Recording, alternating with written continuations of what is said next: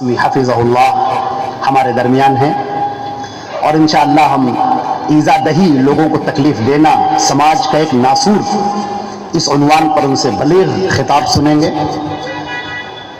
محبت میں کچھ الفاظ ادا کر دینا کوئی معنی نہیں ہوتا۔ قدیم عربی شاعر نے کہا تھا کہ وَلَيْسَ عَلَى اللَّهِ بِمُسْتَنْكَرٍ أَن تَجْمَعَ الْعَالَمَ فِي وَاحِدٍ، کہ اللہ کے لیے کوئی مشکل نہیں ہے کہ ایک شخص کے اندر ساری خوبیاں صفات جمع کر دے۔ صحیح بات یہ ہے کہ فضیلت الشیخ علامہ جلال الدین قاسمی اللہ رب العزت کا ایک معجزہ ہے ہمارے درمیان۔ تفسیر ہے، علم ہے، بلاغت ہے، نحو ہے، صرف ہے، حدیث ہے، حدیث ہے، اصول فقہ ہے، تقریباً 18 علوم پر شیخ کی کتابیں آ چکی ہیں اور نکات قرآن پر ابھی 800 سے زیادہ صفحات زیر تصنیف ہے۔ اللہ کی قدیم علماء جب تعریف کرتے تھے تو کتابوں میں لکھتے تھے کہ آیت من آیات اللہ، تو اللہ رب العزت شیخ کی عمر میں برکت عطا فرمائے، ان کی عمر میں، ان کی صحت میں، ان کے علم میں اور دعوت و تبلیغ کے اسفار میں خوب برکت عطا فرمائے۔ اب ہم لوگ پورے شرح کے ساتھ انشاءاللہ شیخ کے بلیغ خطاب کو سنیں گے۔ اللہ رب العزت نے ہمیں یہ موقع دیا ہے، اس کو کسی بھی طرح سے ضائع نہیں کرنا چاہیے۔ میں عرض کرنا چاہتا ہوں ایک سیکنڈ کو بھی اگر آپ نے ضائع کر دیا تو علم کے ایک موتی سے آپ محروم ہو گئے۔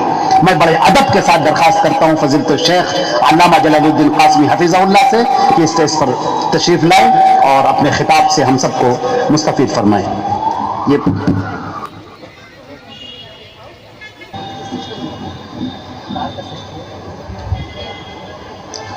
السلام علیکم ورحمۃ اللہ وبرکاتہ۔ ان الحمد للہ نحمده ونستعینه ونستغفره ونعوذ باللہ من شرور انفسنا ومن سیئات اعمالنا، من يهده الله فلا مضل له ومن يضلل فلا هادي له،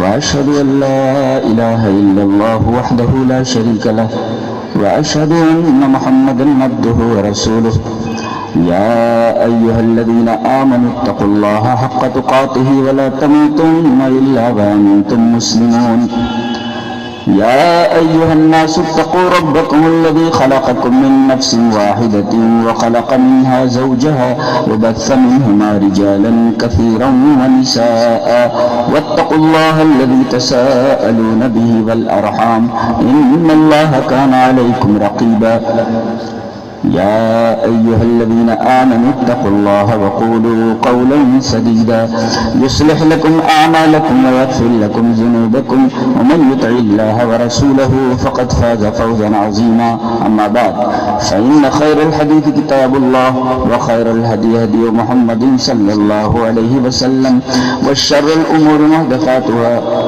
وكل محدثة بدعة وكل بدعة ضلالة، الضلالة في النار۔ أعوذ بالله من الشيطان الرجيم، بسم الله الرحمن الرحيم، وذكر فإن الذكرى تنفع المؤمنين، والذين يؤذون المؤمنين والمؤمنات بغير ما اكتسبوا فقد احتملوا بهتانا وإثما مبينا۔ حضرات علماء کرام، محترم بزرگوں،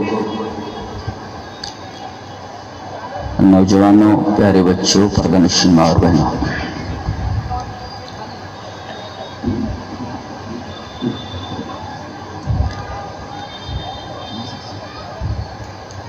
یہ پروگرام اصلاح معاشرہ کے تعلق سے منعقد کیا گیا ہے۔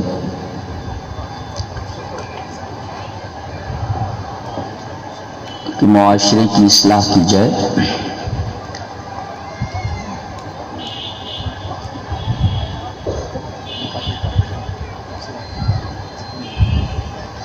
آج ہم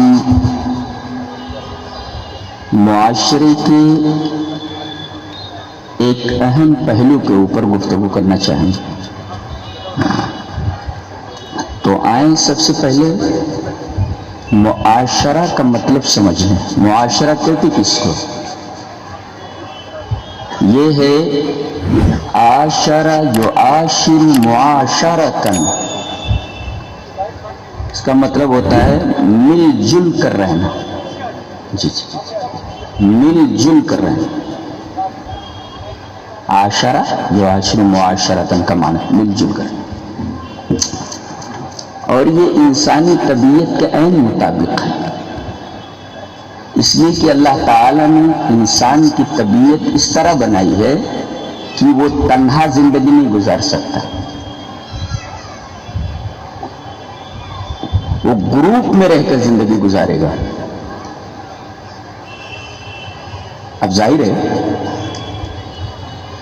کہ لوگوں کے درمیان جب لوگ زندگی گزاریں گے اپنی اپنی،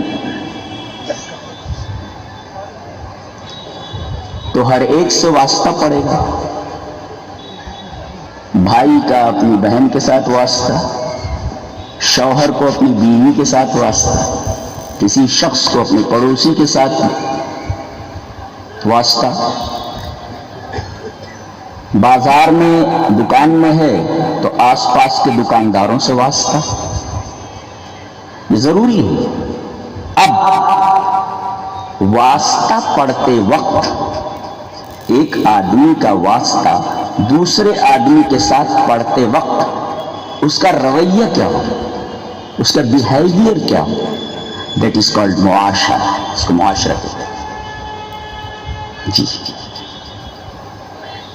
ایک آدمی کا واسطہ دوسرے سے پڑے تو اس آدمی کا اس کے ساتھ کیا رویہ ہو، کیا بیہیویئر ہو. اس رویے اور بیہیویئر کو معاشرت کہا جاتا ہے. اور یہ ہماری دینی زندگی اور ہماری اسلامی زندگی کا ایک بڑا اہم پہلو ہے. ہم عقیدے پر تو زیادہ زور دیتے ہیں، اعمال کے اوپر زیادہ زور دیتے ہیں، اخلاقیات کے اوپر بھی گفتگو ہو جاتی ہے، سیاسیات کے اوپر بھی گفتگو ہو جاتی ہے، معیشت کے اوپر بھی گفتگو ہو جاتی ہے، مگر ہماری نااہلی کی وجہ سے دین کا یہ پہلو ہماری نگاہوں سے اوجھل ہو گیا ہے، جس کو ہم معاشرت کہتے ہیں. آج ہم اسی معاشرت کے ایک پہلو پر گفتگو کرنا چاہیں گے جس کا نام ہے ایذا دہی. اس تمہید کے بعد بات یہاں سے شروع کرتے ہیں کہ اللہ تبارک و تعالیٰ نے 3 اہم مخلوقات پیدا کی ہیں. چلیے حدیث دیکھ لیتے ہیں. حدیث سا وعن عائشہ رضی اللہ تعالی عنہ قالت قال رسول اللہ صلی اللہ علیہ وسلم خلقت الملائکۃ من نور وخلق الجان من مارج من نار وخلق آدم مما أُسِفَ لكم. رواہ مسلم کی کتاب الزہد. حضرت امام مسلم رحمہ اللہ مسلم شریف کتاب الزہد کے اندر یہ روایت اسی طرح لائے ہیں. راوی جیسا کہ معلوم ہوا آپ کی پیاری بیوی حضرت عائشہ رضی اللہ تعالیٰ عنہ، وہ فرماتی ہیں کہ نبی اکرم صلی اللہ علیہ وسلم نے ارشاد فرمایا کہ فرشتوں کو اللہ نے نور سے پیدا کیا ہے. خلقت الملائکۃ من نور، یہ نوری مخلوق ہے اللہ، اور اس کی رفتار بھی نور کی رفتار ہے. ان کے ایک دن کا سفر ہماری دنیا کے 1000 سال کے سفر کے برابر ہے. بڑی عجیب و غریب مخلوق ہے یہ. اللہ نے اس کو نور سے بنایا ہے. وَخُلِقَ الْجَانُّ مِن مَارِجٍ مِّن نَارٍ، اور اللہ نے جنوں کو آگ کے شعلے سے بنایا. یہ دوسری مخلوق ہے یہ. اور عجیب بات تو یہ ہے کہ ایک نور سے ایک نار سے، دونوں دکھائی نہیں دیتے. تیسرے ہم ہیں جو دکھائی دیتے. وَخُلِقَ آدَمُ مِمَّا أُسِفَ لَكُمْ، اور آدم کو بنایا گیا اس چیز سے جو تمہیں بتا دیا گیا ہے. کیا کہ خَلَقَكُم مِّن تُرَابٍ، تمہیں مٹی سے بنایا گیا. اور جانتے ہیں اس کی تخلیق بھی بڑی عجیب و غریب ہے. ایک تو بنایا گیا نور سے فرشتہ، اور ایک مخلوق بنائی گئی آگ کے شعلے سے جن. اور یہ انسان یہ بنایا گیا ہے مٹی سے، لیکن اس کا بنایا جانا بھی کچھ معمولی نہیں ہے، بلکہ بڑے عجیب و غریب انداز سے اس کو بنایا گیا ہے۔ اللہ فرماتا ہے یخلقکم فی بطون امہاتکم خلقا من بعد خلق فی ظلمات ثلاث، ہم نے تم کو تین تین اندھیروں میں بنایا ہے۔ معمولی ایک سوئی بنانے کے لیے ہمیں اجالے کی ضرورت پڑتی، کوئی بھی کام کرنا ہو تو ہم محتاج ہیں اجالے کے، نور کے محتاج ہیں۔ اللہ فرماتا ہے تم جیسی خلقت کائنات میں ہے ہی نہیں۔ اتنی شاندار تخلیق جانتے ہیں ہم نے تین تین اندھیروں میں کی ہے۔ کمال کی بات نہیں ہے، کمال قدرت۔ تین تین اندھیروں میں، ایک اندھیرے میں آدمی نہیں بنا سکتا کچھ، یہاں تین تین اندھیروں میں ایسی تخلیق کی گئی ہے۔ کمال نہیں ہے، یہ کمال قدرت ہے۔ تو یہ جو تیسرا ہے، ہم لوگ یہ مٹی سے بنائے گئے ہیں، تو یہ تو دونوں دکھائی نہیں دیتے، نہ دکھائی دینے کے باوجود بھی ہم ان دونوں کو تکلیف نہیں پہنچا سکتے جبکہ وہ دکھائی نہیں دے۔ دلیل یہ حدیث پاک وعن جابر بن عبد الله رضی اللہ تعالی عنہ عن النبي صلی اللہ علیہ وسلم قال من اکل من هذه البقلة الثوم وقال مرة من اکل البصل والثوم والقرات فلا يقربن مسجدنا فإن الملائكة تتأذى مما يتأذى منه بنو آدم، رواہ مسلم فی کتاب المساجد۔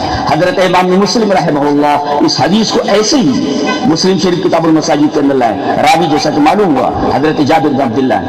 حضرت جابر فرماتے ہیں کہ نبی اکرم صلی اللہ علیہ وسلم نے فرمایا کہ جس شخص نے تین چیزیں کھا لی، پیاز البصل انین پیاز، اور لہسن کچی گارلک، اور قرات، یہ قرات جو ہے نا یہ آپ گوگل پہ مار کے دیکھیں گے تو بالکل پیاز کی طرح ہی نظر آتا ہے، لیکن بدبو اس کی بڑی خراب ہوتی ہے، بو بڑی خراب ہوتی ہے۔ قراس اس کو بولتے ہیں، اردو میں اس کو گندنا بولتے ہیں، گندنا۔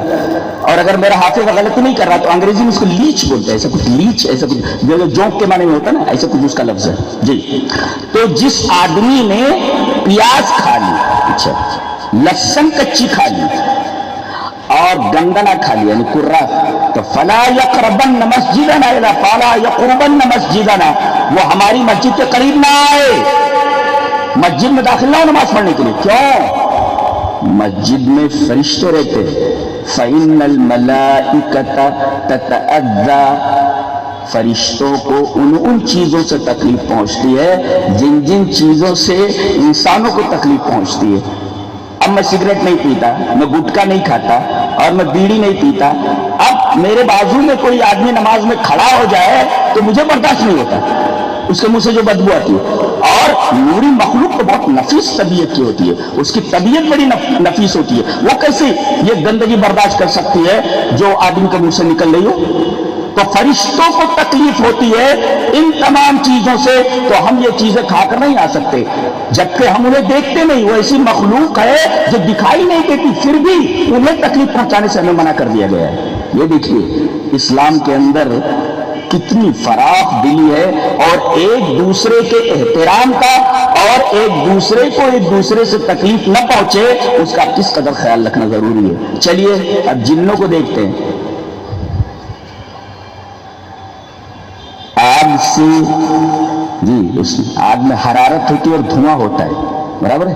نور میں نہ آگ ہوتی ہے نہ دھواں ہوتا ہے، یہ فرق ہے نور اور نار میں۔ تو یہ کثیف ہوتے ہیں، کون؟ جن، اور نور جو ہوتا ہے نور سے بنا ہوا یہ کثیف نہیں ہوتا، بہت لطیف ہوتا ہے، نور لطیف ہوتا ہے، اور آگ کے اندر دھواں ہوتا ہے اور حرارت ہوتی ہے، کثیف ہے، تو کثافت کی وجہ سے اس کے اندر لطافت نہیں ہے، اس سے بنایا گیا جنوں کو۔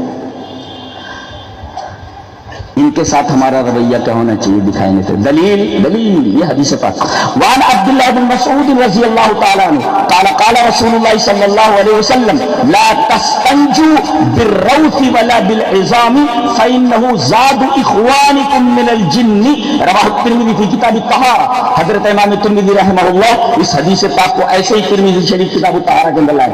حضرت عبداللہ بن مسعود فرماتے ہیں کہ نبی اکرم صلی اللہ علیہ وسلم نے ارشاد فرمایا کہ تم لوگ گوبر سے اور ہڈی سے استنجا نہ کرو. اب کسی آدمی نے استنجا کیا اور دیکھا کہ کہیں مٹی اٹی نہیں ہے یا پتھر وغیرہ نہیں ہے, ہڈی پڑی ہے, یا اسی سے استنجا کرنا چھوٹا یا بڑا, عدل ہے جیس جائز نہیں دی ہے. ایک گوبر پڑا ہوا ہے روس, اس سے آپ استنجا نہیں کر سکتے, حرام ہے یہ. علت بتائی گئی, ایسا کیوں ہے؟ آپ گوبر سے استنجا کیوں نہیں کر سکتے؟ آپ ہڈی سے استنجا کیوں نہیں کر سکتے؟ علت بتائی گئی اس کی علت. فَإِنَّهُ کیونکہ فَإِنَّهُ زَادُ إِخْوَانِكُم مِّنَ الْجِنِّ, یہ اس کی علت ہے. یہ کیا کہ یہ تمہارے بھائی جنوں کا کھانا. ہم دیکھتے ہی نہیں, وہ بھی ان کو بھائی بنا دیا گیا. اللہ کے رسول نے ان کو ہمارا بھائی کہا گیا, اور ایک بھائی کو ایک بھائی کا خیال رکھنا ضروری ہے, اور ایک بھائی کو ایک بھائی کی ذات سے تکلیف نہیں پہنچنا چاہیے. ارے ایک بھائی جو دکھائی نہیں دیتا, ایک بھائی کے لیے لازم ہے کہ اس کو تکلیف پہنچائے نہ پہنچائے, تو یہ دوسرا جو دکھائی دے رہا ہے ہم اس کو کیسے تکلیف پہنچا سکتے ہیں؟ جی فَإِنَّهُ زَادُ إِخْوَانِكُم مِّنَ الْجِنِّ, یہ تمہارے جن بھائیوں کا کھانا. میرا خیال ہے اس حدیث کا جو بیک گراؤنڈ ہے, اس کا جو پس منظر ہے, وہ یہ ہے کہ راوی کہتے ہیں کہ ایک دفعہ رات میں ہم نبی کے ساتھ تھے, اچانک گم ہو گیا. فَفَقَدْنَاهُ, گم ہو گئے. تو ہم لوگوں نے سمجھا اُسْتُطِیرَ اَوْ اُغْتِیلَ, اڑا لیے گئے, انہوں اڑا لے گئے, اڑا لے گئے, اُسْتُطِیرَ اڑا لیے گئے, اَوْ اُغْتِیلَ, یہ اغتیال کا مطلب ہوتا ہے دھوکے سے کسی کو قتل کر دینا, اس کو کہتے ہیں اغتیال. دھوکے سے بے خبری میں کسی کو قتل کر دینا, جس کو اغتیال. اور اس تطارہ کا مطلب اڑا دیے گئے, کوئی اڑا لیا گیا, تو اس کو کہتے ہیں استطیرہ. تو استطیرہ اور اغتیلہ کہتے رات بھر ہم نے ایسی گزاری کہ اس سے بری رات ہم نے گزاری. فَبِتْنَا بِشَرِّ لَيْلَةٍ, سب سے بری رات ہم نے گزاری. نبی گم ہو جائے جس رات کو, صحابہ کرام کے لیے اس رات سے بری رات کیا ہو سکتی ہے؟ یہ تو چاہنے والوں سے پوچھئے, جیسا اس کا محبوب ہو وہ گم ہو جائے تو اس کو کیسا لگے. اسی وجہ سے کہتے ہیں کہ یہ پوری کی پوری جماعت صحابہ کی, یہ ایسی نہیں ہے کہ اس کے اوپر تنقید کی جائے. یہ لوگ بالکل الگ ہیں, یہ بالکل الگ مخلوق ہیں, یہ بالکل الگ ہیں. ان کے اوپر کہیں بھی آپ ان کی سنوائی نہیں کر سکتے. جو کرے پکے پرلے درجے کا احمق, پرلے درجے کا کافر ہے. جی پرلے درجے کا کافر ہے یہ. جی صحابہ کے اوپر آپ ان کی سنوائی کریں گے جنہوں نے اپنی آنکھوں سے نبی کو دیکھا ہو. جانتے اگر صحابہ پر اعتراض کیا گیا, جانتے ہیں یہ اعتراض کہاں جاتا ہے؟ نبی کے اوپر جاتا ہے کہ آپ کی تربیت صحیح نہیں تھی, بعد میں مرتد ہو گئے تو ایسا ہوا, بعد میں لڑے. اسی وجہ سے آپ ثم الذین یلونہم ثم الذین یلونہم, یہ دو جو ہیں صحابہ اور تابعین, ان میں سے کسی کو بھی نہیں آپ دیکھیں گے کہ کسی نے صحابہ کرام کی آپس کی لڑائیوں کے اوپر بات نکالی ہونا چیزائے کی تنقید کی ہے. اس لیے کہ انہوں نے دیکھا کہ ہمارا محبوب کیسا ہے اور اس کی تربیت ہمارے تعلق سے کیسے. اللہ بڑی عجیب و غریب مخلوق ہے, معلوم ہے صحابہ کرام رضوان اللہ تعالی علیہ وسلم. انبیاء کرام کے بعد روئے زمین پر ایسی جماعت کے اوپر سورج طلوع نہیں ہوا ہے, معلوم ہے. یہ صحابہ ہے, یہ صحابہ ہیں. کہتے ہیں رات بھر ہم لوگ پریشان ہیں, صبح ہوئی تو دیکھا کہ ہیرا کی طرف سے آ رہے ہیں. بھیا یہ واقع مکہ کا ہے, غار ہیرا کی طرف سے آ رہے ہیں. دوڑے سب, اللہ کے رسول کہاں چلے گئے تھے آپ لوگ؟ کہا کہ اصل میں کچھ جن آ گئے تھے اور بلا کر لے گئے تھے. تو بہت ساری چیزیں انہوں نے دکھائیں, تو انہوں نے یہ بتایا کہ اللہ کے رسول یہ ہڈی ہے اور یہ روس وغیرہ ہے وغیرہ وغیرہ. بہرحال اس حدیث کا پس منظر یہ گویا ہڈی یہ جنوں کا کھانا ہے. طعام الجن, العظم طعام الجن والروس آلاف دواب الجن, جن کے جو چوپائے ہیں ان کی غذا ہے روس گوبر, اور ہڈی وہ طعام الجن, یہ جنوں کا کھانا ہے. بسم اللہ پڑھ کے اگر ہڈی اٹھا لے تو گوشت بھر جاتی ہے, کھا لیتے ہو.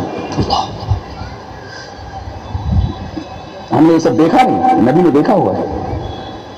نبی نے وہ سب دیکھا، اور نبی نے جو دیکھا ہے کسی اور نے نہیں دیکھا، اور صحابہ نے جو دیکھا وہ ہم لوگوں نے نہیں دیکھا،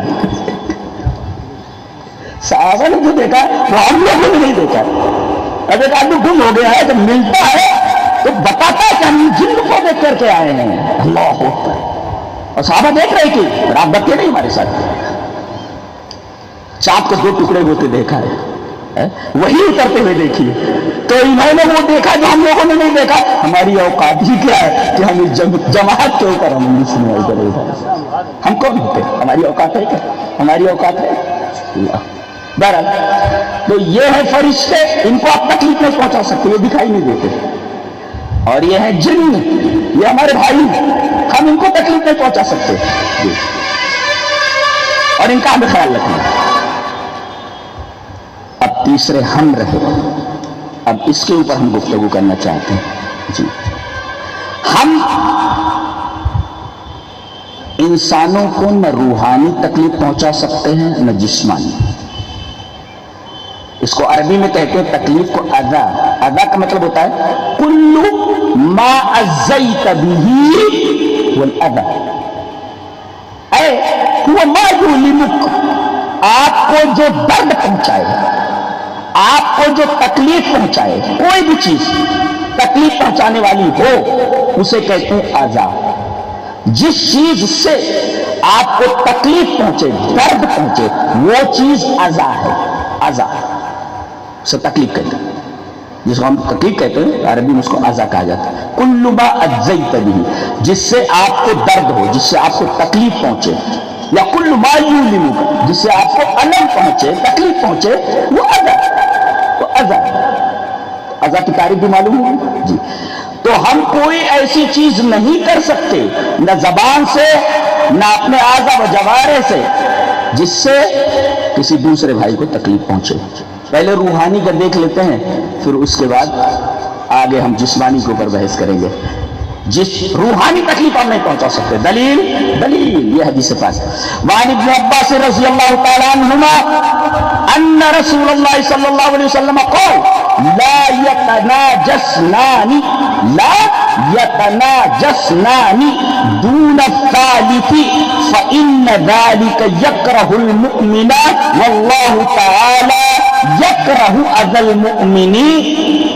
رواہ طبرانی فی المعجم الاوسط، حضرت امام طبرانی رحمہ اللہ اس حدیث کو ایسے ہی معجم الاوسط طبرانی کے اندر لائے ہیں۔ راوی حضرت عبداللہ بن عباس ہیں۔ حضرت عبداللہ بن عباس فرماتے ہیں کہ رسول اکرم صلی اللہ علیہ وسلم نے ارشاد فرمایا کہ 3 آدمی اگر ہیں تو ایک آدمی کو چھوڑ کر کے 2 آدمی ایک طرف جا کر بات نہ کریں جی۔ 3 آدمی ہیں، اب ایک آدمی کو چھوڑ کر کے 2 آدمی اٹھ کر ایک طرف ہو جائے، دھیرے دھیرے بات کرنے لگے، سرگوشی کرنا، وسپر، سرگوشی کرنا جی، وسپری، کانا پوسی کرنا، یہ حرام ہے۔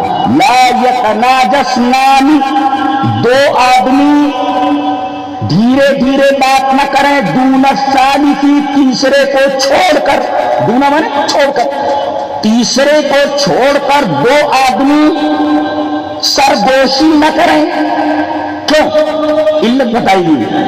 فَإِنَّهُ يَكْرَهُ فَإِنَّ ذَلِكَ يَكْرَهُ فَإِنَّ ذَلِكَ يُؤْذِي الْمُؤْمِنَ، اس لیے کہ یہ چیز ایک مومن کو تکلیف پہنچاتی ہے۔ دیکھو جسمانی نہیں، جسمانی تکلیف ہے اس کو نہیں، اس کو ذہنی تکلیف پہنچے، روحانی تکلیف پہنچ رہی کہ دونوں آدمی مجھے چھوڑ کر کیا بات کر رہے ہیں، شاید میری ہی کوئی بات کر رہے ہیں، میری ہی کوئی بری بات نکال رہے ہیں، تو اس سے اس کو ذہنی اذیت پہنچتی ہے، روحانی تکلیف پہنچتی ہے۔ نبی کریم صلی اللہ علیہ وسلم فرمایا 2 آدمی تیسرے آدمی کو چھوڑ کر کے سرگوشی نہ کریں۔ کیوں؟ علت کیا ہے؟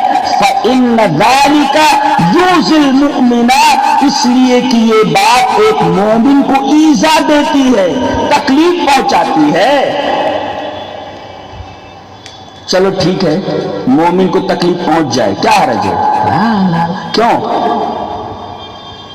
اس لیے کہ واللہ تعالی یکرہ اذی المؤمن، اللہ تبارک و تعالی کو مومن کو تکلیف دینا پسند نہیں کہ کوئی آدمی کسی مومن کو تکلیف پہنچائے، نہیں ہے، اور تمہاری یہ حرکت مومن کو تکلیف دیتی ہے، لہذا یہ چیز اللہ کو تکلیف دینے والی ہے۔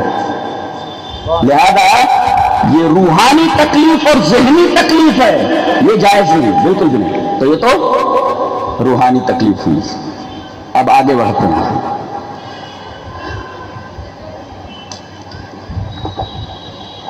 آدمی کا گھر ہوتا ہے،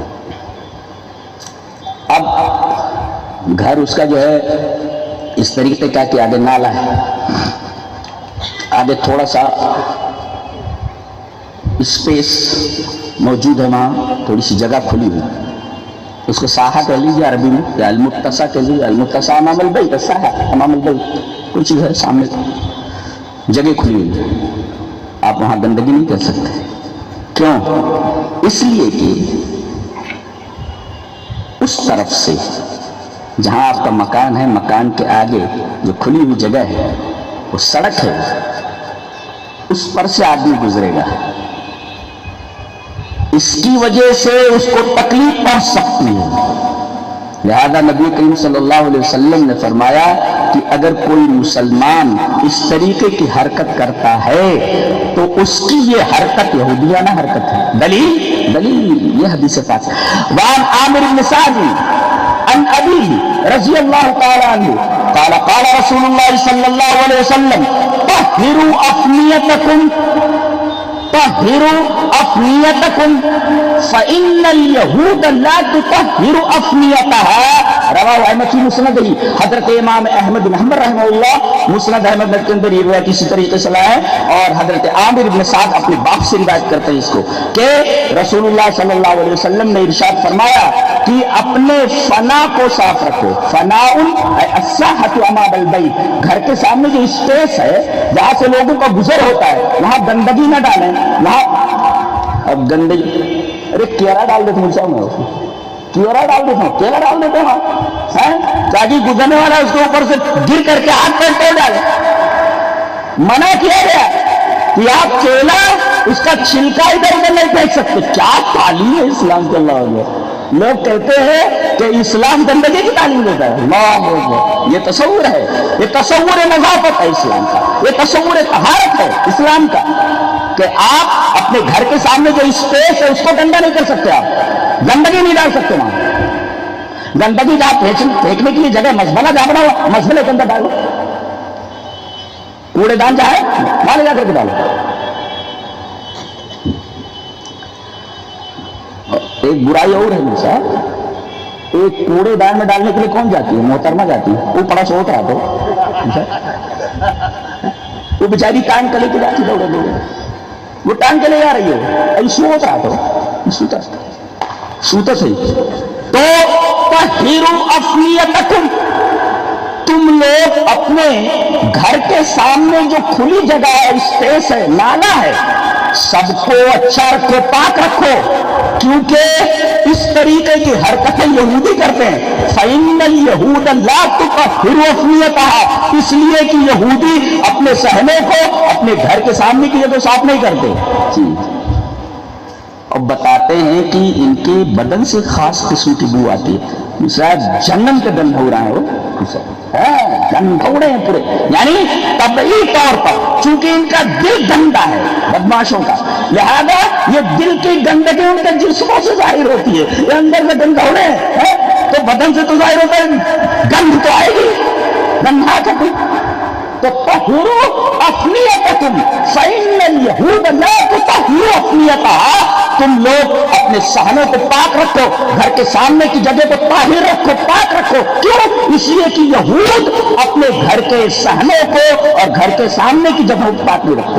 یہ تصور ہے، جبکہ آدمی کو وہاں کھڑے نہیں رہنا ہے کہ کھڑے ہو کر کے سننا ہے، وہاں تھوڑی دیر کے لیے گزر رہا ہے تو تھوڑی دیر کے لیے بھی اگر وہ گزر رہا ہے تب بھی آپ اس کو تکلیف نہیں پہنچا سکتے، اس لیے کہ ناک سے اس گندگی کو سونے گا تو ظاہر ہے اس کو تکلیف پہنچنے والی ہے۔ یہ اسلام کا تصور طہارت۔ موٹر سائیکل خرید دی اسے باپ، اس نے تو خریدا نہیں ہے، لاڈلا ہے، خرید دیا ہے۔ اب وہ جو سائلنسر ہے وہ بنا رہتا ہے، اس میں ایک معتدل آواز آتی رہتی ہے، وہ کہا جان بنوا لیتے تاکہ بھڑ بھڑ کی آواز اور تیز ہو کہ ابا یہ لے کے بھی نہیں پورے گاؤں کو بتائے گا، پوری گلی کو بتائے گا دیکھو، اور بھڑ بھڑ کرتا ہے، جانتا نہیں کہ اس کے بارے میں نبی نے کیا کہا ہے۔ آئیے وہ حدیث دیکھ لیتے ہیں۔ حدیث اس طرح وان ابی عبداللہ الجدلی رضی اللہ تعالی عنہ قال سألت عائشة رضی اللہ تعالی عنہ عن خلق رسول اللہ صلی اللہ علیہ وسلم فقالت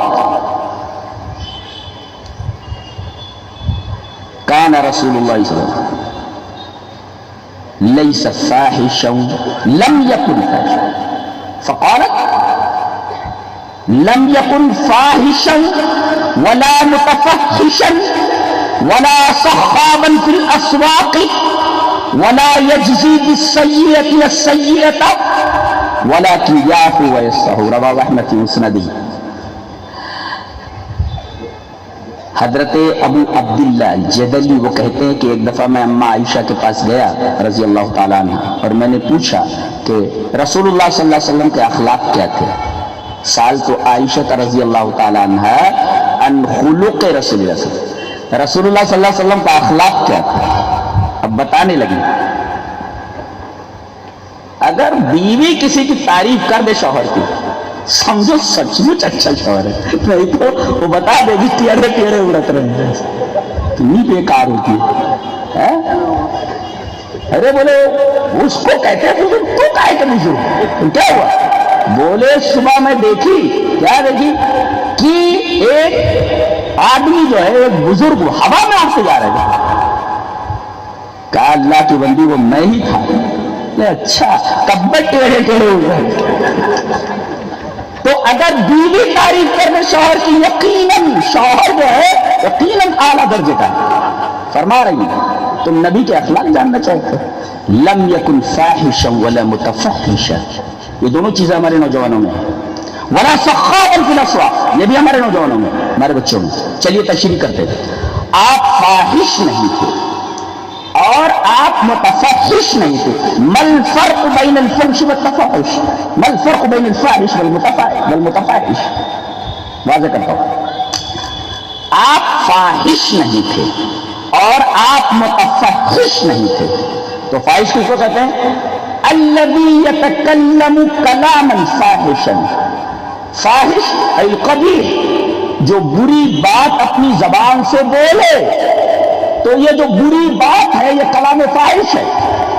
جی اب تو ایک دوست سے ملتا ہے، کیا رے تیری ماں کا، بولے کیا تیری بہن کا، ایسا بولتا ہے۔ دوست سے مل کر کے منہ سے جو بات نکلتی ہے ایک دوست کو دیکھنے کے بعد، اس کی زبان سے یہ نکلتا ہے تیری ماں تیری بہن وغیرہ ہو، اس طرح بات کرتا گالی دے کر کے، اور سامنے والا خوش ہوتا ہے۔ النبی لا یتکلم کلاما فاحشا، جو کلام فاحش کرے، وہ فاحش جو قبیح کلام کرے، بری بات میں سے نکالے، یہ تو ہوا فاحش کا معنی۔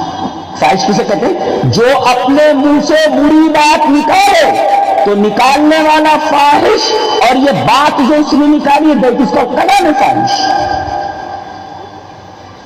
وما هو المتفحش؟ متفحش کسے کہتے ہیں؟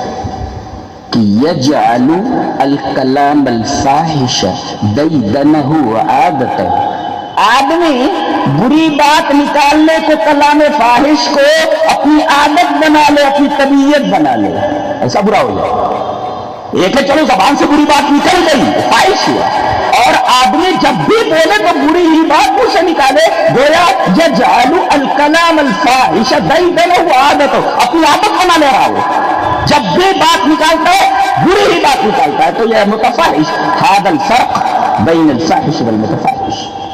تو رسول اللہ صلی اللہ علیہ وسلم فاحش بھی نہیں تھے اور متفحش بھی نہیں تھے۔ تیسری صفت بیان کر رہے ہیں، ولا سخابا فی الاسواق، جی ولا سخابا فی الاسواق، سخاب ای سیاح، سیاح چیخنے والے، چیخنے والے۔ رسول اللہ صلی اللہ علیہ وسلم بازاروں میں نکالنے والے نہیں تھے. آدمی کتنی بھی زور سے آواز نکالے وہ پھٹیا کا جو سائلنسر ہوتا ہے اس سے تو بہت ہی کم رہے گا. جب رسول اللہ صلی اللہ علیہ وسلم تیز آواز بازار میں نہیں نکالتے تھے اور تم ہو کہ گلیوں میں سائلنسر بنوا کر کے چلتے رہتے اور تم نے یہ حلف اٹھا لیا, قسم کھا لی ہے کہ پورے محلے والوں کو سکون سے زندہ نہیں رہنے دو گے. یہ سنت تم بتائے گا ان کا. کہتے عقیدہ یہ ہے, عمل یہ, ٹھیک ہے, ہذا اہم وہذا اہم ایضا, لیکن یہ کون بتائے گا کہ بھائی یہ بھی بہت بڑا عذاب ہے, یہ تو رسول اللہ صلی اللہ علیہ وسلم کی سنت کے خلاف ہے. آپ بازار میں زور سے چیخ کر کے نہیں بولتے تھے اور تم ہو کہ تمہارے باپ نے موٹر سائیکل لے دی ہے, تم پورے محلے کی ناک میں بند کیے ہوئے ہو. ارے بیمار ہو سکتا ہے آدمی, اور جانتے ہیں قرآن حکیم کا مطالعہ آپ جب کریں گے تو ایک بات آپ کو نظر آئے گی. میرا موضوع نہیں ہے تو اشارہ کر دیتا ہوں کہ کان کا تعلق ڈائریکٹ قلب سے ہے. جی کان کا تعلق ڈائریکٹ قلب سے ہے. اسی وجہ سے کہا گیا جس طرح آدمی برا کام نہ کرے ایسے ہی بری بات نہ سنے. کیوں؟ اس لیے کہ سننے کے بعد اس کا اثر دل کے اوپر ہوتا ہے, پھر دل آرڈر دیتا ہے آزاد کو کہ یہ کرنا ہے بھیا. اسی وجہ سے جب جہنم کے دروازے پر پہنچیں گے تو داروغے جہنم مالک بولے گا یہ کیسے آئے گئے ہو, یا جانا چاہیے تو دائیں طرف, بائیں طرف کیسے آئے گئے. یہ بڑے بڑے لوگ بیگ لیے ہوائی اڈوں پر ہم جاتے دیکھتے رہتے ہیں, یہ بڑے بڑے بیگ, اور یہ جناب عالی ان کا ایٹیٹیوڈ اور ان کا پروٹوکول دیکھ کر کے ایک تو افسوس بھی ہوتا ہے اور بڑی حیرت ہوتی ہے کہ یہ لوگ کس خطرناک راستے پر بے تحاشا دوڑتے ہوئے جا رہے ہیں. آگے کھائی ہے آپ کی, وہ منتظر ہے تمہاری. تو یہ ایسے لوگ نہیں ہیں کہ ان پر رشک کیا جائے, یہ ایسے لوگ ہیں جن کے اوپر جتنا افسوس کیا جائے کم ہے. یہ تو اللہ کو بھولے ہوئے, یہ جانتے نہیں کہ جہنم کی بڑی شدت سے منتظر ہے کہ آؤ بیٹا آؤ, خوب مستیاں کر لیے, آؤ مستی نکالتی ہیں تمہاری ساری مستی نکال دیتی ہے. اللہ, ہاں ساری مستی نکال دیتی. رسول کو برا بھلا کہہ رہے تھے, آؤ ہو گیا کام ختم ہوا. موت نے دنیا سے تمہارا تعلق منقطع کیا, اب آ جاؤ ہماری طرف. بتاتی ساری چربی نکال دیتی تمہیں, ساری چربی نکال دیتی, منتظر ہے. اللہ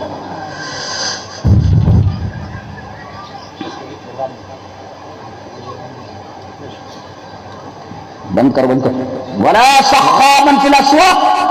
تو آپ صلی اللہ علیہ وسلم بازاروں میں شور کرنے والے نہیں. اب وہ داروغے جہنم پوچھتا ادھر کیسے آ گئے, کیا کہیں گے؟ اب کہے گا ڈرانے والا کوئی نہیں آیا تھا کیا, بتانے والا کوئی نہیں آیا تھا؟ بولے آیا تھا. قالوا بلا, کیوں نہیں آیا تھا. پھر کیا کیسے ہے؟ وقالوا لو كنا نسمع او نعقل, سنتے اور عقل میں لاتے. عقل کا تعلق دل سے ہوتا ہے نا جی, تو گویا کہ سماعت کا تعلق قلب سے ہوتا ہے. پورے قرآن میں آپ جہاں دیکھیں گے آپ کو پتہ چلے گا کہ سننے کا تعلق قلب سے ہوتا ہے, اور ایک خاص ڈیسیبل وہ کان برداشت کر سکتا ہے, ورنہ ایک خاص ڈیسیبل کے آگے اگر آواز گئی تو کان برداشت نہیں کرتا اس کو. سائنس کے طلبہ جانتے ہیں اس کو.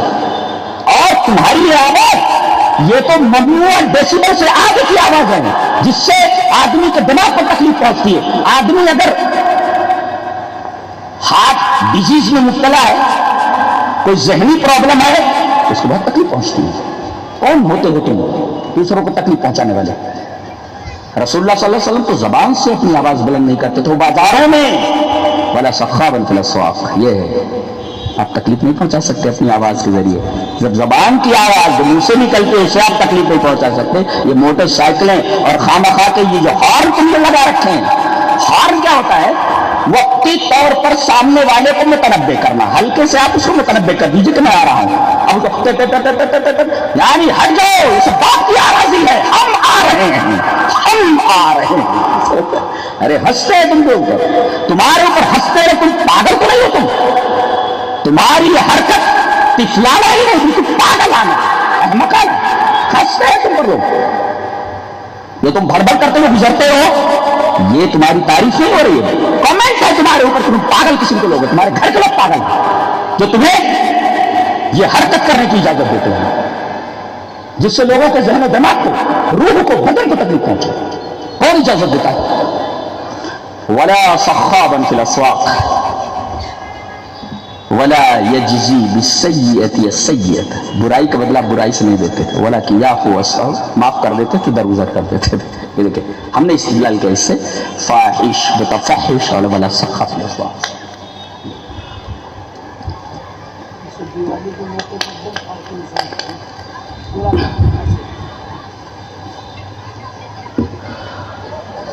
ایک حدیث اور بھی ہے کہ نبی کریم صلی اللہ علیہ وسلم کی بڑی پیاری حدیث ہے، اور اس حدیث کے جو راوی ہیں وہ لا رہے ہیں. اس سے پہلے میں حضرت فضیل بن عیاض کا ایک قول ہے جسے امام خرائطی مکارم الاخلاق کے اندر لائے ہیں، وہ قول آپ کے سامنے پیش کروں کہ وقال فضیل بن عیاض رحمہ اللہ واللہ ما یحل لک ان تودی کلبا ولا خنزیرا بغیر حق فکیف تودی مسلما فکیف تودی مسلما. فضیل ابن عیاض کہتے ہیں کہ اللہ کی قسم تمہارے لیے جائز نہیں ہے کہ تم کسی کتے کو یا سور کو بلا وجہ تکلیف پہنچاؤ. اللہ یہ تصور ہے اسلام. واللہ ما یحل لک ان تؤذی کلبا ولا خنزیرا بغیر حق، بلا وجہ کسی کتے کو اور کسی سور کو، کسی خنزیر کو آپ تکلیف نہیں پہنچا سکتے. فکیف تؤذی مسلما، تو آپ ایک مسلمان کو تکلیف کیسے پہنچا سکتے ہیں؟ آپ کو جانوروں کو تکلیف پہنچانے کی اجازت. امام غزالی نے غالباً احیاء علوم الدین کے اندر یہ لکھا ہے کہ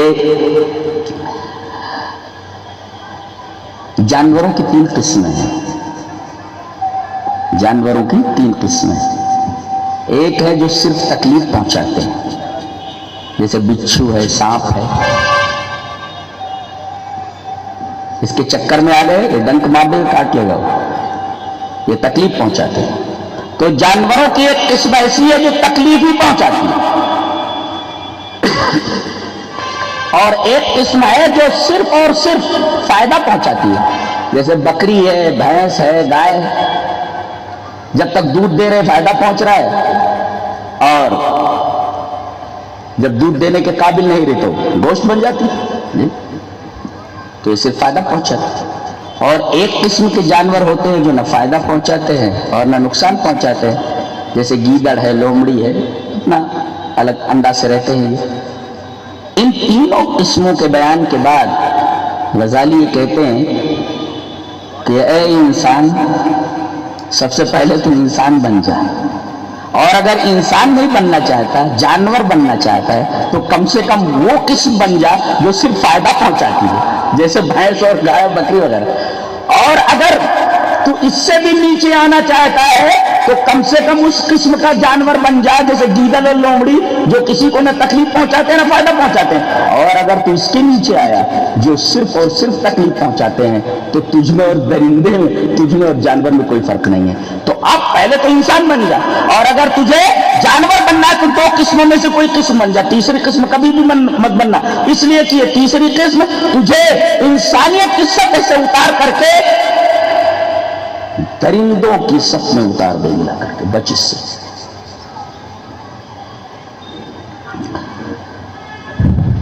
حضرت ابن عباس رضی اللہ تعالیٰ عنہما سے ایک روایت ہے، چلیے پڑھ لیتے پہلے روایت اس طرح.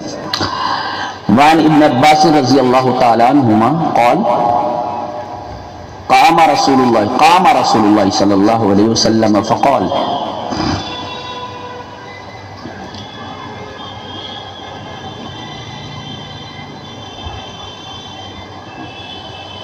لا تؤذوا المؤمنین. آپ نے پہلے آپ کھڑے ہوئے اور کھڑے ہونے کے بعد آپ نے فرمایا یا معشر الناس، لکھا یا ایھا الناس، اس کے بعد فرمایا یا ایھا الناس، یا معشر من آمن بلسانہ ولم یخلص الایمان الی قلبہ لا حتی اسمع العواتق فی خدورہن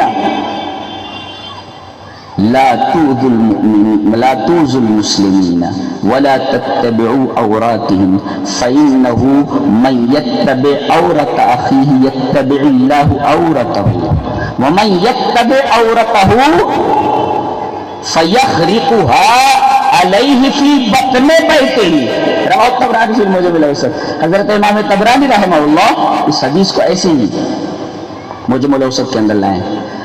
حضرت ابن عباس فرماتے ہیں کہ ایک دفعہ رسول اللہ صلی اللہ علیہ وسلم کھڑے ہوئے اور کہا اے لوگو یا ایھا الناس، اس کے بعد فرمایا یا معاشر من آمن بلسانہ، اے لوگوں کی وہ جماعت جو زبان سے ایمان لائی ہے، وَلَمْ يُخْلِصِ الْإِيمَانَ إِلَىٰ قَلْبِهِ، اور اس نے ایمان کو اپنے دل تک خالص نہیں کیا، پہنچایا نہیں ہے، اور آواز آپ کی اس تقریر میں اتنی تیز تھی، لاؤڈ اسپیکر وغیرہ تو تھا نہیں، اور آپ کو دور تک آواز پہنچا نہیں، حَتَّى أَسْمَعَ الْعَوَاتِقَ فِي خُدُورِهِنَّ، یہاں تک کہ آپ نے سنا دیا کنواری لڑکیوں کو ان کے پردوں میں۔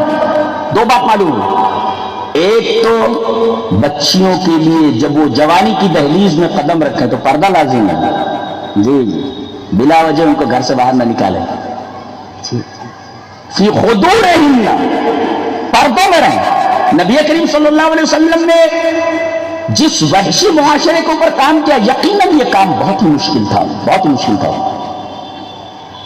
جو لڑکیوں کو زندہ پر غور کر دیتے تھے، لڑکیوں کو ان کے اصلی مقام تک پہنچایا کہ تمہاری جگہ کیا ہے، وہاں رہو، تم پردے کے اندر رہو، تم شمع محفل نہیں بن سکتی۔ اور اللہ اکبر، کسی کالج میں نہیں گئی کوئی لڑکی، کسی یونیورسٹی میں تعلیم حاصل نہیں کی، لیکن ایسی عورتیں وجود میں آئی ہیں، جانتے ہیں حضرت خدیجۃ الکبریٰ کے پاس اللہ کا سلام آیا، کتنی خوش نصیب عورت ہو سکتی ہے۔ وہ مشہور ہے بخاری کی روایت کہ حضرت جبریل آئے نبی کریم صلی اللہ علیہ وسلم کے پاس، فرمانے لگے کہ حدیث میں پوری حدیث بیان کر چکا ہوں، کسی اس میں آپ دیکھ لیجیے، تو آتے ہی کہا کہ اللہ کے رسول آپ کی بیوی آ رہی ہے، ہادی خدیجۃ قد اتت، وہ آ رہی ہے، ان کے ہاتھ میں کچھ کھانے یا پینے کی چیز ہے، وہ لا رہی ہیں آپ کو کھلانے کے لیے۔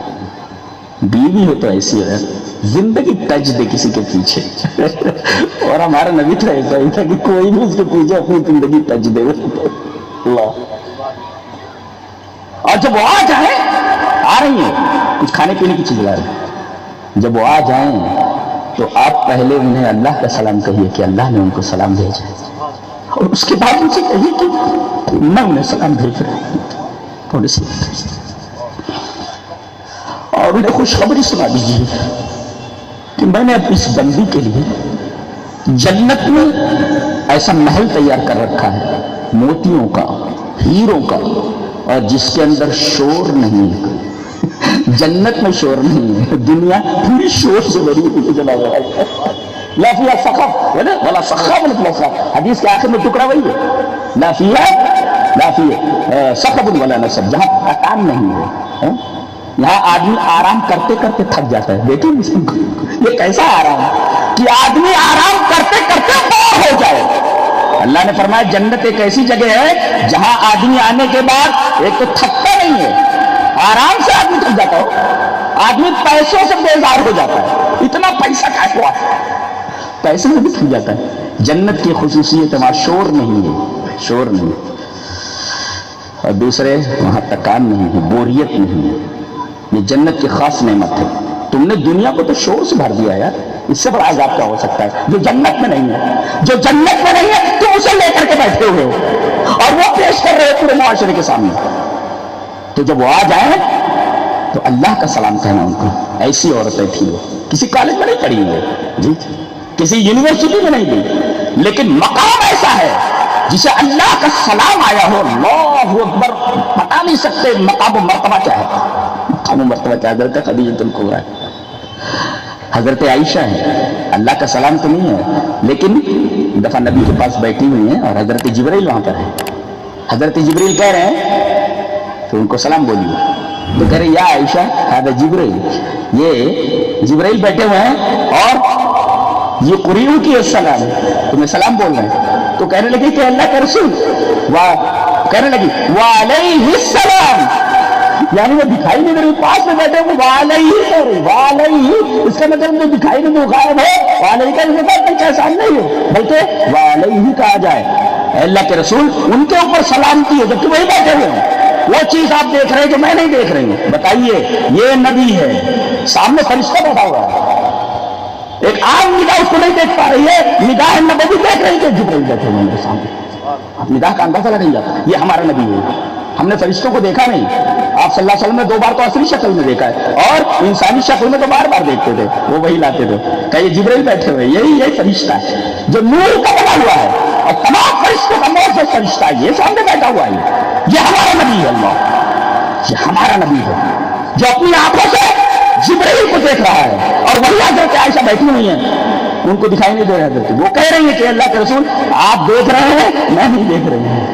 یا رب علیہ السلام، یہ مقام ہے حضرت عائشہ رضی اللہ تعالیٰ عنہ کہ اتنا معزز فرشتہ جبرائیل آپ کو سلام بھیج رہا ہے، سلام کہہ رہا ہے. تو ایسی عورتیں پیدا ہوئی اور بچے ایسے پیدا ہوئے. اللہ اکبر، بچے کیسے پیدا کیے؟ حضرت عبداللہ بن زبیر، زبیر بن عوام، حضرت علی، حمزہ، کیسے کیسے بچوں کو پیدا کیے جنہوں نے تاریخ کا رخ موڑ کر کے رکھ دیا. معلوم ہے آپ کو، تاریخ کا کھارا بدل کر کے رکھ دیا. ایسے بچے پیدا کیے ماؤں نے. یہ بے پردہ ہوتا ہے. کتنی بھی تعلیم حاصل کر لی، اگر انہوں نے اپنی جگہ چھوڑ دی، اپنا مقام چھوڑ دیا، تو در حقیقت یہ عورتوں کے مقام سے نیچے آ گئی ہیں. یہ عورتیں اسلام کو مطلوب نہیں، ایسی عورتیں اسلام کو نیچے ہیں. تو نبی کریم صلی اللہ علیہ وسلم نے جب بات شروع کی تو آواز اتنی تیز تھی، حتی اسمال آواز فی خدورہن. 2 باتیں معلوم ہوئی. ایک بات تو یہ معلوم ہوئی کہ لڑکیوں کو پردے میں رہنا چاہیے، جیسے ہی وہ جوانی کی دہلیز میں قدم رکھے. لڑکوں کے ساتھ ان کا میل جول بالکل حرام اور ناجائز ہے جی. اور دوسری چیز، شریعت کی باتیں جس طرح مردوں کو سنانا چاہیے، عورتوں کو بھی شریعت کی باتیں. حتی اسمال آواز فی خدورہن، لڑکیوں تک جو پردوں میں تھی اپنی آواز نبی کریم صلی اللہ علیہ وسلم نے شریعت ان تک پہنچا دی. لڑکیوں کو بھی دینی تعلیم سے آراستہ کیا جائے اور ان کو پردے میں رکھا جائے. یہ دونوں چیزیں، یہ 2 چیزیں بتائیے تو بہت اہم ہے. دینی تعلیم سے آراستہ کیا جائے، دینی باتیں سنائی جائیں اور دوسروں کو پردے میں رکھا جائے. دیکھیے لڑکی کیسی ہوتی، جہاں جائے گی الحمدللہ گھر سنوار دے گی. آپ نے جو تعلیم دی وہ گھر برباد کر دیتی لڑکیاں جا کر کے، اس لیے کہ تعلیم گھر میں ویسے نہیں دی. حتی اسمال عواطف فی خدورہن، جو جملہ بھی چاہیے غضب کا جملہ ہے. اس کے بعد آپ نے فرمایا یا معشر من آمن بلسانہ ولم یخلص الایمان الی قلبہ، کہ دل میں ایمان اترا نہیں، صرف زبان سے ایمان لائے. ایسا کرو، لا تؤذوا المسلمین، تم مسلمانوں کو تکلیف مت پہنچاؤ. اپنے پچھلے جملے سے اس جملے کو مربوط کیا کہ نہیں؟ کیا اے وہ لوگ جو زبان سے ایمان لائے ہو، ایمان ان کے دلوں میں اترا نہیں ابھی. لا تؤذوا المسلمین، مسلمانوں کو مت ستاؤ. مسلمانوں کو ستانے کا مطلب یہ ہوا کہ یہ آدمی صرف زبان سے ایمان لا رہا ہے، ایمان اس کے دل کی گہرائی میں اترا نہیں ہے. گویا اگر آدمی کی حرکت ایسی ہے کہ وہ دوسروں کو تکلیف پہنچا رہا ہے تو اپنے ایمان کا جائزہ لے کہ کہیں میرا ایمان تو گڑبڑ نہیں ہے، میرا ایمان تو گڑبڑ نہیں ہے. لا تؤذوا المسلمین، مسلمانوں کو تکلیف مت پہنچاؤ. اچھا، ولا تتبعوا عوراتہم، ان کے عیبوں کے پیچھے مت پڑو. عورت کہتے ہیں عورت، عورت، عورت مانے کھلی ہوئی. عیب عورت میں عیب کھلی ہوئی ہے، کھلی ہوئی، تو اس کو کیا کیا جائے؟ تو کھلی ہوئی ہے اس کو ڈھانپ دو. اور منافقین آئے جنگ احزاب میں آنا ہے، آ کر کے طرح طرح کے بہانے بنانے لگے. منافقین آ کر کے بولنے لگے اللہ کے رسول وَيَقُولُونَ إِنَّ بُيُوتَنَا عَوْرَةٌ، ہمارے گھر عورت ہیں، ہمارے گھر عورت ہیں، یعنی ہمارے گھر کھلے ہوئے تو دیکھنے والے نہیں ہے. اس کا مطلب یہ ہوا کہ گھر بند ہونے چاہیے تب گھر محفوظ رہتا ہے، ایسے ہی عورت کو پردے میں رکھا جاتا ہے محفوظ رہتی ہے. ان بیوتنا عورت، عورت تو عورت کہتے عیب، عیب عیب یعنی اس کو ڈھانپو تب وہ عیب ہوتی ہے.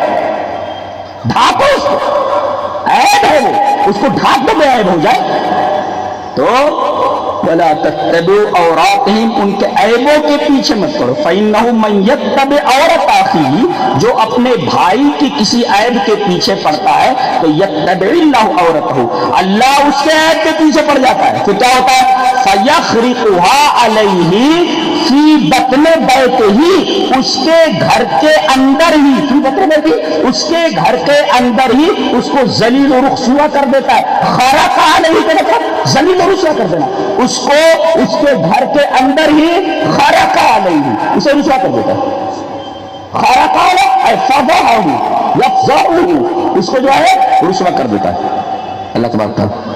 تو یاد دیکھیں رسول اللہ صلی اللہ علیہ وسلم تقریر کے دوران یہ کہا کہ مسلمانوں کو مت ستاؤ، اس لیے کہ یہ ایمان کے منافی ہے، ایمان کے منافی ہے. لا تؤذوا المسلمین. حضرت حذیفہ بن اسید ایک راوی ہیں، ان کی اس روایت کو امام طبرانی معجم کبیر کے اندر لائیں اور روایت صحیح ہے، پہلے اس کو پڑھ لیتے ہیں. روایت بڑا تیسرا وعن حذیفہ ابن اسید رضی اللہ تعالیٰ عنہ ان النبی صلی اللہ علیہ وسلم قال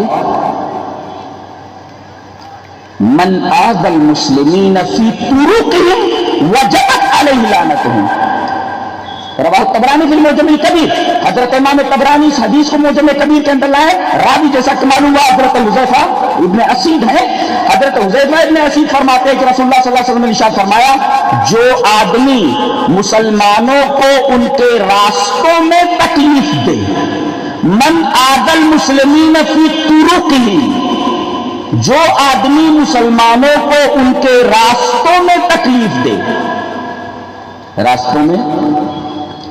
راستوں کی تکلیف کوئی بھی ہو سکتی ہے، تمہاری موٹر سائیکل، تمہاری کار، یہ بیجا قسم کا ہارن جس سے آدمی کو تکلیف پہنچے، راستے میں کچرا ڈالنا، گندگی کرنا، یہ ساری چیزیں آ گئی راستوں میں تکلیف دینے کی. من آذى المسلمین فی طرقهم، جو آدمی مسلمانوں کو ان کے راستے میں تکلیف دے، راستے میں وجبت علیہ لعنتهم، تو ان سب کی لعنت اس کے اوپر واجب ہوگی. وجبت اصابت لعنت، اس کے اوپر لعنت واجب ہو گئی، لعنت پہنچ جائے گی. کیا مطلب؟ لعنت واجب ہو گئی، لعنت پہنچ گئی، اس کا کیا مطلب ہوا بتاتے. وجبت علیہ لعنتهم کی تشریح کرتا ہوں. یہ جو راستہ ہے آپ کے ابا کا تھوڑی ہے، آپ کا تو ہے نہیں، آپ کا ہے نہیں وہ راستہ، ہر ایک کا ہے. اب آپ کسی ایسی جگہ تکلیف کی چیز ڈال رہے جو آپ کی نہیں ہے، دوسرے کی ہے. اب اگر وہ آپ کے اوپر لعنت بھیجتا ہے تو حقدار ہے کہ نہیں؟ وہ محق تو حقدار ہے کہ تمہارے اوپر لعنت کرے، اس لیے کہ تمہاری جگہ نہیں اور تمہارا گندگی کر رہا ہے. اگر وہ لعنت بھیجتا ہے، ہاں اتنا ہے علماء یہ کہتے ہیں کہ لعنت المعین جو ہے، کسی آدمی کو یہ کہنا خاص طور پہ تیرے اوپر لعنت ہے، لعنت معین وہ حرام، بعض لوگوں نے کہا ہے. لیکن کہے کہ لعن اللہ من فعل ہکذا، اللہ اس آدمی کو لعنت بھیجے، لعنت کرے جو اس طریقے سے کام کرتا ہے. تو اگر وہ لعنت بھیجتا ہے اس کے اوپر تو در حقیقت یہ لعنت اس کو پہنچ جائے گی، یہ مطلب ہے اس کا. من آذى المسلمین فی طرقهم وجبت علیہ لعنتهم، جو آدمی مسلمانوں کو تکلیف پہنچائے ان کے راستوں میں تو وجبت علیہ لعنتهم، ان کے اوپر ان کی لعنت پہنچ جائے گی. یہ تکلیف کے کتنے طریقے ہم نے اختیار کر رکھے ہیں. دیکھو آدمی مر گیا بیٹے ہیں بہنوں کا حصہ مار لیتے ہیں وراثت، بہنوں کا حصہ مار کر کے بیٹھے، یہ بہن کو ایذا پہنچانا ہے، یہ ایذا کے، اور ایذا کا یہ ایسا معاملہ ہے جس کے بارے میں جو عذاب بتایا گیا ہے وہ کافروں جیسا عذاب ہے۔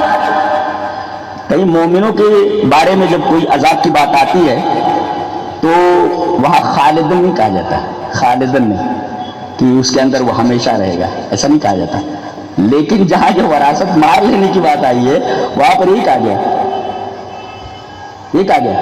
کہ جو آدمی اللہ کے حدود سے تجاوز کرے یدخلہ نارن خالدن، وہ داخل ہوگا ہمیشہ کی جہنم میں۔ یہ کس کے بارے میں کہا جا رہا ہے؟ وہ وراثت مار لینے والے کے بارے میں۔ بھائی لوگ اس کو، اچھا بہنیں بھی عجیب ہوتی ہے بیچاری، سیدھی سادھی، وہ کہتی بھیا نہ دو، اس لیے کہ اسے معلوم ہے اگر تھوڑا اکڑ کر کے لے لیا تو بھائی لوگ گھر میں داخل نہیں ہونے دیں گے، تو زندگی بھر وہ لیتی نہیں رہے، تمہارا حق ہے، وہ تمہارا حق لے، کیوں نہیں لے رہے؟ اور یہ بیچارہ بھی چپ چاپ بیٹھا رہتا ہے تاکہ دینا نہ پڑے، تو یتیم ہے نا، ایک تو وہ تمہاری بہن ہے، ایک تو قرابت کا رشتہ ہے، دوسرا اسلام کا رشتہ ہے، ایک تو قرابت کا رشتہ تمہاری بہن، دوسرا اسلام کا رشتہ ہے، دو، اور تیسرا یتیم ہے۔ یتیم کا مال کھایا جاتا ہے کیا؟ ان الذین یاکلون اموال الیتامی ظلما انما یاکلون فی بطونہم النار، بیٹی بچی یتیم ہے، باپ مر گیا نا، جیسے تم یتیم ہو گئے ہو، بچی یتیم ہے وہ، اگر تم اس کا حق مار لو گے وراثت کے اندر تو تم تو یتیم کا مال کھا رہے ہو، درختی کا اپنے پیٹ میں جہنم کیا کھا رہے ہو تم؟ ان الذین یاکلون اموال الیتامی ظلما انما یاکلون فی بطونہم النار، یہ ظلم ایک قسم کی تکلیف ہے جو تم اپنی بہنوں کو پہنچا رہے ہو، جس سے تین طریقے کے تعلقات ہیں۔ ایک تو قرابت کا رشتہ ہے کہ تمہارے رشتے میں سب سے قریب ہے، اور دوسرے یہ کہ وہ اسلام کا رشتہ ہے، اور تیسرے یہ کہ وہ یتیم ہے، یتیم کا مال تم کیسے کھا سکتے ہو؟ اللہ، یہ معاملہ بھی۔ چلیے ایک روایت حضرت ابو ہریرہ سے دیکھ لیتے ہیں، روایت بہت پیاری ہے، روایت وعن ابي هريره رضي الله تعالى عنه قال قال رسول الله صلى الله عليه وسلم مر رجل في بغصن الشجره على ظهر طريق فقال والله لأنحين هذا عن طريق المسلمين لا يؤذيه فأدخل الجنة، رواہ مسلم فی کتاب البر والصلۃ والآداب۔ حضرت امام مسلم رحمہ اللہ اس حدیث کو کتاب البر والصلۃ والآداب کے اندر لائے، راوی حضرت ابو ہریرہ ہے۔ حضرت ابو ہریرہ رضی اللہ تعالیٰ عنہ فرماتے ہیں کہ رسول اللہ صلی اللہ علیہ وسلم نے ارشاد فرمایا کہ ایک آدمی ایک راستے سے گزرا، دیکھا کہ راستے کے اندر ایک ٹہنی پڑی ہوئی ہے، میرا خیال ہے کہ وہ درخت کی کوئی موٹی ٹہنی رہی ہوگی، وہ راستے میں گر کر کے راستے کو بلاک کی ہوئی تھی۔ مر رجل بغصن الشجرۃ علی ظہر الطریق، وہ بالکل راستے کے اوپر وہ درخت سے ٹہنی وہ گری ہوئی ہے اور راستے کو بلاک کیے ہوئے ہے۔ ابھی آدمی ادھر سے گزرا، کہنے لگا واللہ لأنحین ھذا عن طریق المسلمین، اللہ کی قسم میں اس چیز کو مسلمانوں کے راستے سے ہٹا کر ہی دم لوں گا جی، اور اس کو ہٹا دیتا ہے۔ وہ کہتا ہے لا یوزیہ، اس لیے کہ اس طرف سے گزرنے والے لوگوں کو تکلیف ہوگی تو میں اس لکڑی کو اور اس ڈالی کو جو درخت کی ہے میں راستے سے ہٹا دیتا ہوں۔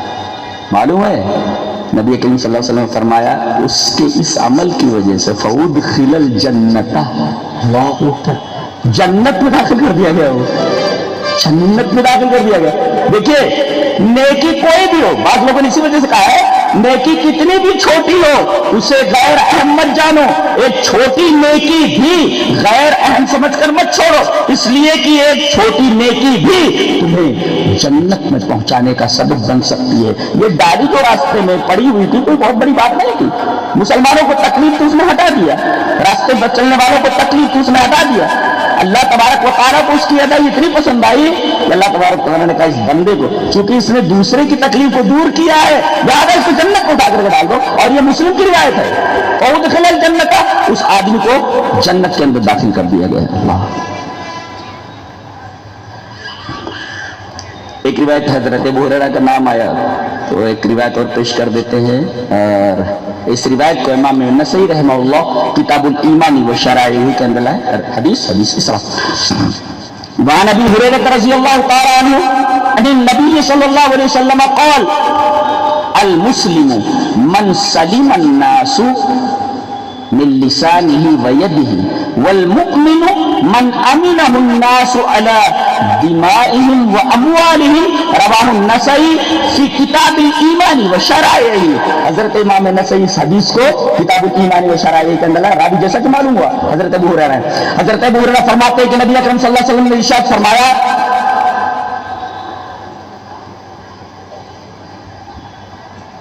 کہ مسلم وہ ہے، المسلم مسلمان کون؟ من سلیم الناس.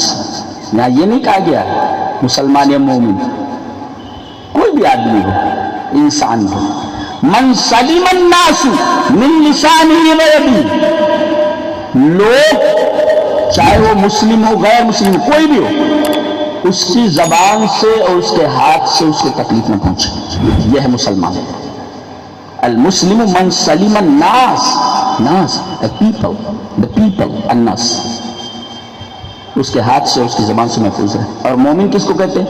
والمؤمن من امنہ الناس علی دمائهم واموالهم. اور مومن وہ ہے جس کی وجہ سے لوگوں کی عزتیں محفوظ ہوں، لوگوں کے مال محفوظ ہوں، لوگوں کے خون محفوظ ہوں. آدمی بلا وجہ آدمی کسی کا خون نہ بہائے. بعض لوگ ہوتے ہیں کہ وہ اتنے ایک سخت موقف لے کر کے چلتے ہیں، پتہ نہیں ان کا کیا نام دیا جاتا ہے، وہ آپ لوگ جانتے ہیں کہ وہ اتنے سخت ہوتے ہیں کہ وہ کیا کیا کرتے رہتے ہیں، یہاں تک کہ حکومت سے خروج اور یہ سب چیزیں جائز قرار دے دیتے. یہ دیکھا والمؤمن من امنہ الناس علی دمائهم واموالهم. مومن وہ ہے کہ لوگ محفوظ رہیں کہ وہ ہماری عزت کے اوپر حملہ نہیں کرے گا، خون نہیں بہائے گا، اسی طریقے سے اس کے مال محفوظ رہیں. اور ہمارے نبی کریم صلی اللہ علیہ وسلم کا اسوہ ہمارے سامنے، یہ جانتے ہوئے وہ کہتے تھے کہ ہمارا بہت بڑا دشمن ہے اور آپ کو ستانے میں کوئی کسر نہیں اٹھا رکھتے تھے، لیکن جب امانت رکھنی ہوتی تھی محمد صلی اللہ علیہ وسلم یہ امانت ہماری رکھی، یہ دیانت ہے. آج ہم مسلمان جب تک آپ کے پاس 10 روپیہ ہاتھ میں ہے تب تک آپ کا ہے، سامنے والے کو دے دے بھول جائیے جی. یہ امانت کا معاملہ ہے، یہ امانت کا معاملہ. وہاں کافر بھی آپ کی مخالفت کے باوجود بھی، دشمنی اور عناد کرنے کے باوجود بھی امانت ساتھ تو آپ کو سمجھتے، اس لیے کہ آپ کو امین مانتے تھے. وہ امانت داری کا یہ تصور اسلام کے اندر موجود ہے. تو من امینہ الناس علی دمائهم واموالهم، آدمی کا خون محفوظ ہو، آدمی کا جو ہے مال محفوظ ہو اور آدمی کی عزت محفوظ ہو، یہ اسلام کی تعلیم ہے، اسلام سکھاتا ہے. اور کسی بھی قسم کی ایذا دہی ہو، کسی بھی پہلو سے ہو، اسلام سختی سے اس پر قدغن لگاتا ہے، سختی سے اس کو روکتا ہے، سختی سے اس کی ممانعت کرتا ہے. اللہ تبارک و تعالی ہمیں نیک عمل اور اچھی سمجھ کی توفیق عطا فرمائے. وآخر دعوانا الحمدللہ رب العالمین.